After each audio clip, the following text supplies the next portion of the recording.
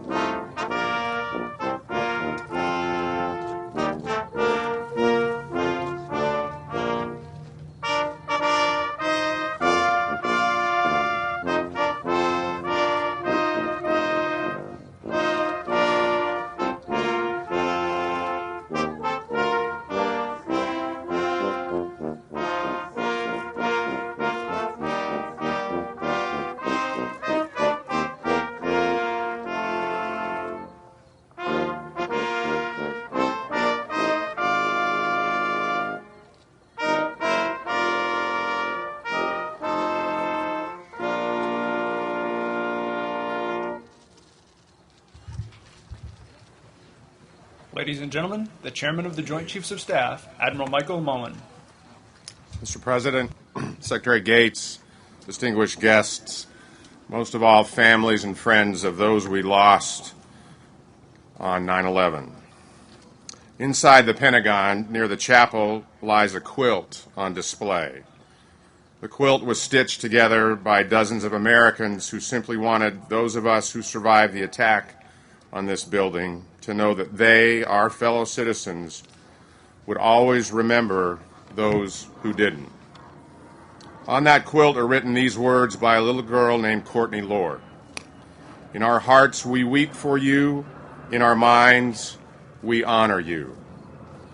Today, Courtney's words still comfort us, because today we still weep for those we lost here and in New York and in Somerset County. Today, we still honor them. We honor them with our presence and certainly with this memorial. Mostly, we honor them with our lives, with what we have done from that day to this, the sacrifices we have borne, the laughter we have shared, the hope we have dared to let back into our hearts. Unspeakable carnage was visited upon us here, but it did not conquer us. Unimaginable loss is felt by us here, but it does not diminish us. Ralph Waldo Emerson reminds us that what lies behind you and what lies in front of you pales in comparison to what lies inside of you. So here, now, let us weep for what lies behind us.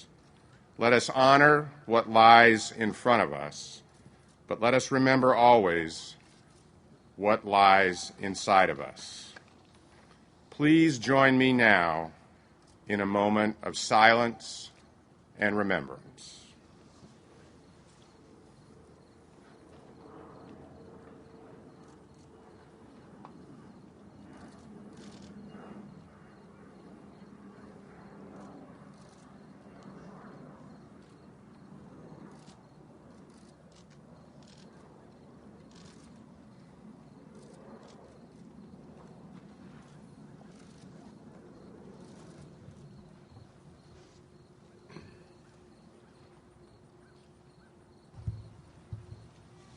Thank you. Ladies and gentlemen, the Secretary of Defense, Robert M. Gates. Mr. President, distinguished visitors, friends and family members, thank you for being here. 9 years ago today, on a day much like this, the calm of a clear September morning was shattered by the worst act of terrorism in our nation's history. The attacks on the World Trade Center, Flight 93 over Shanksville, Pennsylvania, and the Pentagon, steps from where we stand today, claimed thousands of innocent victims and forever scarred their family and friends and all Americans. Today we honor and remember those who fell, surrounded by those who loved them and who still feel the pain of that loss. This remembrance continues in ways large and small.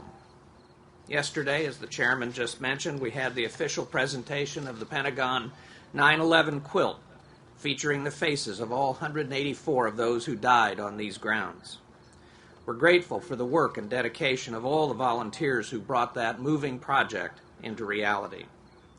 And just west of here, a portion of Washington Boulevard is being renamed 9/11 Heroes Memorial Highway to remind those passing by what happened here on that day.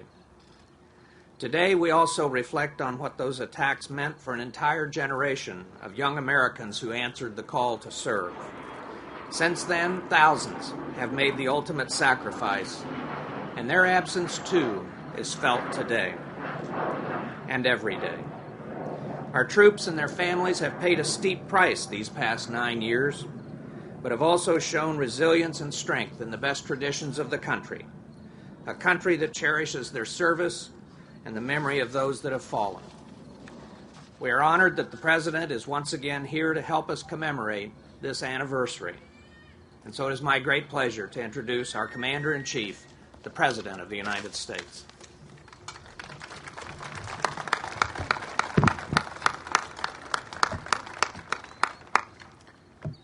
Secretary Gates, Admiral Mullen, and members of the Armed Forces, my fellow Americans, most of all to you, survivors who still carry the scars of tragedy and destruction, to the families who carry in your hearts the memory of the loved ones you lost here. For a nation, this is a day of remembrance, a day of reflection, and with God's grace, a day of unity and renewal. We gather to remember at this sacred hour on hallowed ground, at places where we feel such grief and where our healing goes on. We gather here at the Pentagon, where the names of the lost are forever etched in stone. We gather in a gentle Pennsylvania field, where a plane went down and a tower of voices will rise and echo through the ages. And we gather where the Twin Towers fell, a site where the work goes on so that next year, on the 10th anniversary, the waters will flow in steady tribute to the nearly 3,000 innocent lives. On this day, it's perhaps natural to focus on the images of that awful morning, images that are seared into our souls. It's tempting to dwell on the final moments of the loved ones whose lives were taken so cruelly. Yet these memorials and your presence today remind us to remember the fullness of their time on earth. They were fathers and mothers raising their families, brothers and sisters pursuing their dreams, sons and daughters, their whole lives before them. They were civilians and service members. Some never saw the danger coming. Others saw the peril and rushed to save others up those stairwells, into the flames, into the cockpit.